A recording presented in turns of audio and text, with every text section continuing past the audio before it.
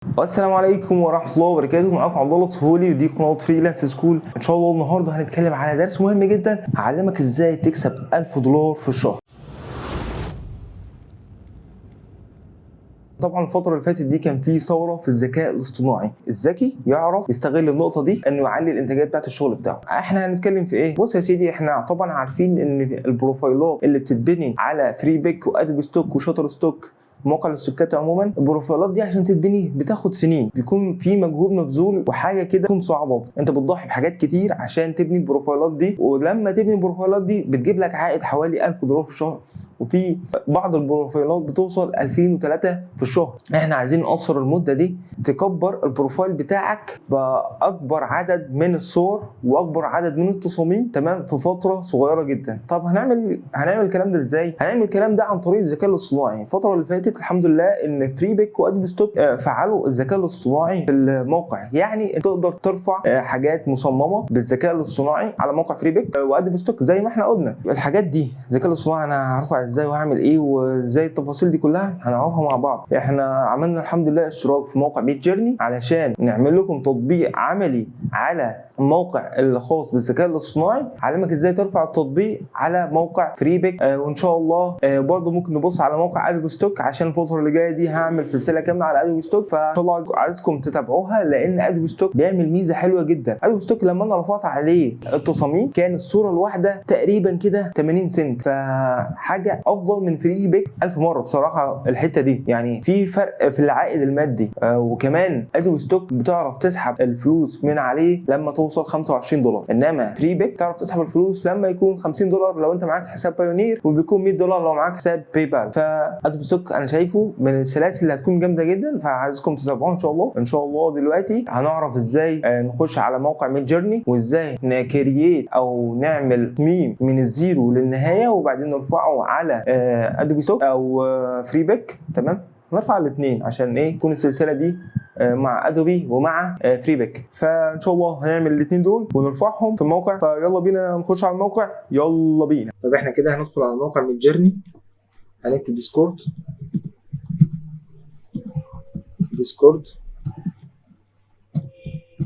طبعا ظاهر هنا عشان انا كنت دخلت قبل كده في موقع ديسكورد ده. طيب ظهر لك الموقع بالشكل ده، الموقع ظهر بالشكل ده. تمام، هنعمل ايه بقى؟ بص يا سيدي، نكتب، هنيجي هنا هنختار ميد جيرني، طبعا هنختاره، وهتنزل في النوبيز دي، او في الجنرال. خلينا احنا في الجنرال، احنا كده كده عاملين اشتراك بريميوم في الموقع. انت لازم عشان ترفع على فري بيك او شاتر ستوك او ادوبي ستوك. شاتر حاليا ما بيقبلش بالذكاء الاصطناعي، فانت لو هترفع على ادوبي ستوك وفري بيك لازم تعمل اشتراك في ميد جيرني. تمام، الاشتراك بيكون $10 في الشهر. طيب الاشتراك ازاي؟ الاشتراك ازاي دي ممكن نعمل لها فيديو لو في ناس حابه تعرف الحته دي. فاحنا مثلا خلاص احنا دخلنا على موقع ميد جيرني، وهنكتب هنا الوصف اللي احنا عايزينه. احنا هنختار اي وصف؟ لا، هنيجي في الداشبورد هنا. تمام، هنا في الكالندر خاص بالفيستيفالز او الايفنتات اللي موجوده خلال السنه. تمام، الناس اللي بتهتم بيها. احنا في شهر جولاي. تمام، هنخش على شهر جولاي. ايه اللي موجود؟ بيقول لك الاندبندنس داي والفريندشيب داي. طيب احنا هنعمل الحاجات دي؟ لا انا مش هعمل الحاجات دي. طب هخش على شهر جولاي. اغسطس في باك تو سكول، وفي هنا وورلد فوتوغرافي داي. طيب احنا ممكن نشتغل على وورلد فوتوغرافي داي، صح؟ طيب بص يا سيدي، ممكن ناخد دي كوبي ونيجي على موقع ديسكورد ونعمل هنا سلاش ونكتب ايماجين اهي، ونكتب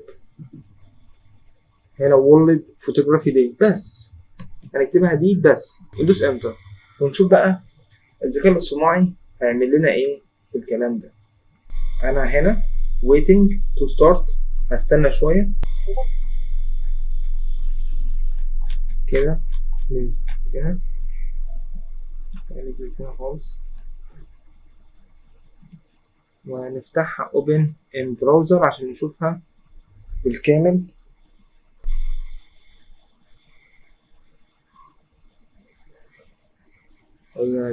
تستنى شوية عشان تحمل. بس موقع ميدجرني بصراحة عمل يعني لا هو في طفرة بصوا يا جماعة، أنا الفترة اللي فاتت دي يعني هنا في أندر ريفيجن 47 تمام، وهنا نوت سبتايتل نوت يت سبميت يعني 31. فبصراحة لا، عمل لي فرق كبير. بص دي عملتها على ميدجرني، دي عملتها على ميدجرني. فبصراحة لا، الديزاينات بتكون حلوة جدا تمام. ودي عشان باك تو سكول عملتها على الموقع، فده كله لسه اندر ريفيجن يعني تحت المراجعة. ان شاء الله يقبلوه وتكون ببلشت ان شاء الله وتعرفوا تحملوها. دي الحاجات دي لسه انا اصلا يعني المفروض بديها زي ما انتوا عارفين، بديها الاسم والتاجز وبعدين اعمل لها ايه سبميت. ايه ده، في حاجة غلط اكيد، في حاجة غلط يعني النت فصل. مش وقته خالص بصراحة عملها، مش وقته خالص. بنسجل يا جماعة دلوقتي، عيب يعني ايه. نعمل ريفرش ونشوف الحاجات اللي رفعتها الفترة اللي فاتت دي. ده كله رفعته الفترة اللي فاتت، باك تو سكول. يعني فإن شاء الله ده عمل طفرة معايا في حتة رفع التصاميم يعني. عمل معايا طفرة خلاني أنجز في الشغل. احنا ممكن نختار الصورة دي عجباني بصراحة يعني، فخلاص نختار دي ونختار دي كمان فيها كاميرا هنا. فأنا شايفها دي من رقم 2 ورقم 3 ظروف جدا. رقم 2 ورقم 3 واضح إن في ناس كتير بتحمل أو بتعمل ديزاينات. عيب الميد جورني إنك بتتوه بقى جوه يعني. لازم ما تبعدش كتير عشان هتلاقي في ناس بتحمل معاك شغل. فين هنا يا جماعة؟ طيب فرضا انت تهت كده، هتاخد اسمك كده كوبي وتدوس في السيرش هنا نقول منشن عبد الله السهولي، الحاجات اللي انا اتمنشنت فيها فهي دي. فانا خلاص هدوس على دي كده هنا او دي. فانا جيت هنا هختار الصورة التانية والصورة التالتة، يبقى هعمل اب سكيل للتانية وهعمل اب سكيل للتالتة تمام. وانزل تحت خالص هنا جامب تو بريزنت تمام. وأعمل هنا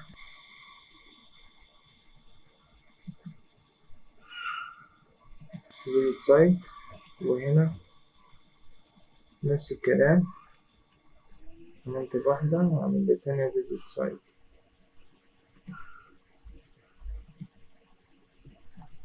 طيب ده بقى البروفايل بتاعي. بعد ما تخلص الصورة تخش على فيزيت سايت وبعدين تعمل لها سيف، وهنا بيديك حاجات مماثلة تمام. طبعا هنا هتلاقي وصف لو انت عايز تستعين بأي وصف وتضيف عليه مفيش مشكلة.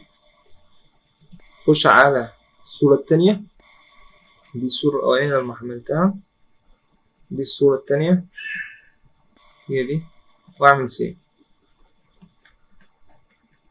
طبعا هتلاقي في صور مشابهة، حاجات مشابهة كده. طبعا الصورة اللي احنا عملناها دي كويسة جدا.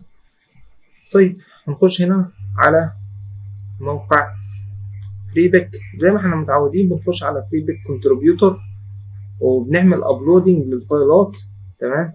طيب قبل ما نعمل ابلودنج في حاجة، احنا عارفين ان الصورة بتكون 2000 بكسل، لازم يكون في جنب فيها 2000 بكسل صح؟ طيب نخش هنا ونعمل دي، نفتحها بالفوتوشوب.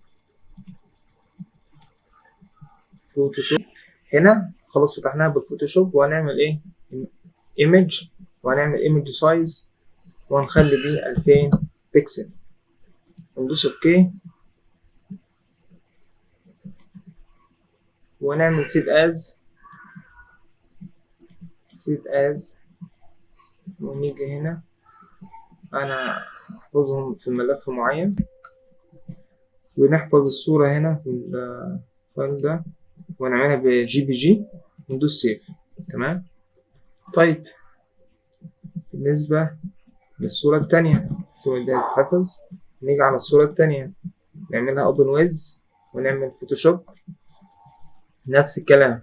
نيجي عند ايمج نعمل ايمج سايز نخليها 2000 وندوس اوكي ونعمل سيف از جي بي جي، سيف از ونخلي الصورة جي بي جي. انت لو عايز طبعا تضيف اي حاجة في الصورة دي، يعني مثلا تكتب فوتوغرافي داي مثلا، هابي فوتوغرافي داي، براحتك انت حر. تمام. وبعدين نعمل سيف. تمام. خلاص احنا حفظنا الصورتين بصيغة الجي بي جي، ونيجي على هنا الفري بيك ونعمل براوز ونختار الصورتين اللي احنا عملناهم على فري بيك على ميد جيرني. طيب هنستنى ان الصورتين يتحملوا. شفت احنا عملنا بسرعة ازاي صورتين، فانت ممكن تجيب ال10 صور في 5 دقايق او 10 دقايق بالكتير بنفس الستبس دي. فالموقع ميد جيرني فرصة حلوة جدا انك تكبر البروفايل بتاعك.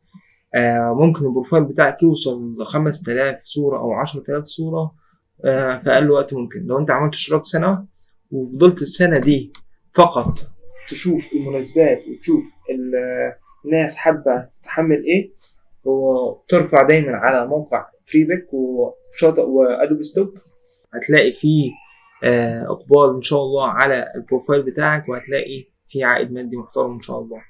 طيب عايزين نبص على موقع ادوبي ستوك. موقع ادوبي ستوك زي ما قلت لكم ما شاء الله الموقع في ناس حملوا 4 تحميلات بس وكان العائد $3. فالدنيا لذيذة على ادوبي ستوك، 4 تحميلات بس. فاهم؟ طبعا البروفايل بتاعي لسه مش كبير على ادوبي ستوك. انا كده اخترت الصورتين ودلوقتي بترفعوا على ادوبي ستوك، ونفس الكلام بالظبط بيتعمل على هنا بضيف التايتل بتاعي وبضيف ان الصورة دي خاصة بحد ولا لأ، فبقول لأ. هنا نترجمها برضو مع بعض. بيقولك ان الصورة دي اشخاص او ممتلكات معروفة، يعني اشخاص يعني خاصة بحد ولا لأ زي ما قلت لكم، او ممتلكات معروفة. فانا بقول لأ، مش ممتلكات معروفة ولا حاجة. هنختار ده، اخترنا ده، وهنكتب هنا وورلد فوتوغرافي دي، ندوس نو وندوس ده هوايات ومش عارف ايه. ماشي قشطة. وبعدين هنا يقول لك add subtitle او add keywords، هنضيف add all keywords، وكده دي جاهزة انها نعملها submit، وبنعملها submit لوحدها. ماشي اوكي. فانا عملت لها submit. دي كمان هنعمل لها submit وورلد فوتوغرافي دي برضو. دي هنا نو، دي التايتل هنا وورلد فوتوغرافي دي. طبعا ده ممكن نضيف add all. وهنا دي جاهزة؟ لا مش جاهزة لسه، خلي بالك. دي المفروض هنا نعمل created using generative AI tools، لازم الحتة دي. تمام. وبنعمل submit. هنا بقولك لازم تعمل لها ريليز. هو شايف ان في راجل هنا، الراجل ده لازم يكون فيه موافقة، ولكن انا هعمل لها submit لان دي انا قايل انها معمولة بالايه generative AI. تمام. وهنشوف بقى في الايه في الريفيو. طبعا ممكن في حاجات اعمل لها ريفيو هنا، يعني كلهم اتقبلوا ولا ايه؟ في حاجات not accepted، في حاجات اتقبلت الفترة اللي فاتت. اوكي. طيب ده بالنسبة لأدوبي ستوك. واحنا طبعا بالنسبة لشاتر ستوك يا جماعة، وبالنسبة للفري بيك معذرة، احنا ضفنا هنا وهنعمل هنا بقول لك رونج تايتل، فبتدوس هنا edit وبتedit التايتل ده. طبعا زي ما قلنا هنا وورلد فوتوغرافي داي، وهنقول دي created with artificial intelligence. دي على فكرة دي جديدة، يعني ممكن نكتب له الوصف بقى اللي احنا عملناه على ميد جيرني. تمام. بقول لك دي على ميد جيرني 1 ولا 2 ولا 3، اللي هي وبتكتب الايه الكي ووردز اللي انا كتبتها. احنا كتبنا وورلد جنريتيف ايه وورلد فوتوغرافي داي صح، كتبناها هنا. طيب وهنيجي هنا بقى فين؟ احنا عملناها على جنرال واحد صح، كان على ايه جنرال واحد ولا ايه بالظبط؟ نخش على ايه على الصورة دي في جنرال واحد، يبقى هنعملها هنا ميد جيرني 1 ونكتب التايتل بتاعنا وورلد فوتوغرافي داي، ونعمل هو اصلا مختار keywords ونعمل سيف كده. دي معمولة بجنريتيف الاي اي تمام. طيب كذلك الامر هنختار في الحاجات دي كلها اللي انا عاملها جنريتيف اي اي واعمل لهم في الاخر سبميت مع بعض. انا عملت سبميت دلوقتي بيقول لي في 19 ريسورسز ريدي تو ايه 19 من 33، بس في حاجات محتاجه موديفاي ان احنا نعدل التايتل بتاعها.